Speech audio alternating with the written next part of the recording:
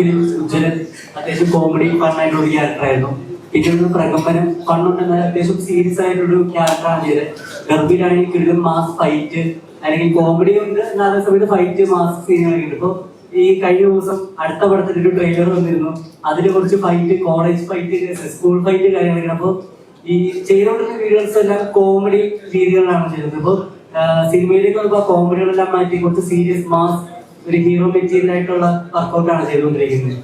നമ്മളിപ്പോ videos comedy ചെയ്താലേ ആൾക്കാർക്ക് കണക്ട് ആവും. ഇപ്പൊ ഈ പറഞ്ഞ പോലെ 3 മിനിറ്റ് വീഡിയോസിൽ നമ്മളൊരു സീരിയസ് മാറ്റർ അവതരിപ്പിക്കാനുള്ള അതൊരിക്കലും വർക്കൗട്ട് ആവും. ആൾക്കാരിലേക്ക് ഇറങ്ങിച്ചാണ് നമ്മളെപ്പോഴും കോമഡി സാധനം നമുക്ക് വീഡിയോസ് വരാനായിട്ട് ഇടാൻ പറ്റുന്നുള്ളൂ.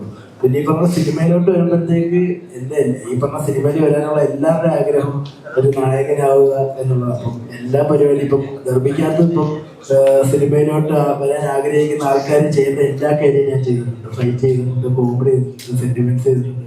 ഒരുപാട് സന്തോഷം. ഇനി ഇങ്ങനത്തുള്ള പടങ്ങൾ വരാനാണ് ആഗ്രഹിക്കുന്നത്.